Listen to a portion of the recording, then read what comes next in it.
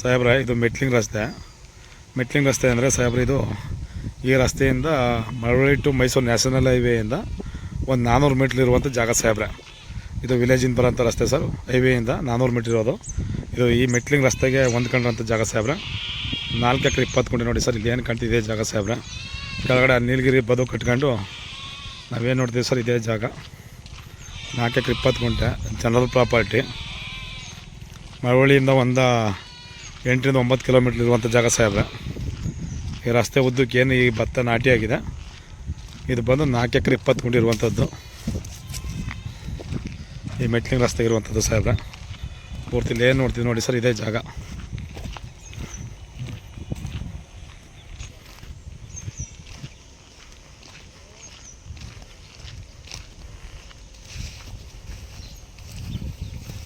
ಏನು ನೋಡಿ ಸರ್, ರಸ್ತೆಗಿರುವಂಥದ್ದು ಸಾಹೇಬ್ರೆ.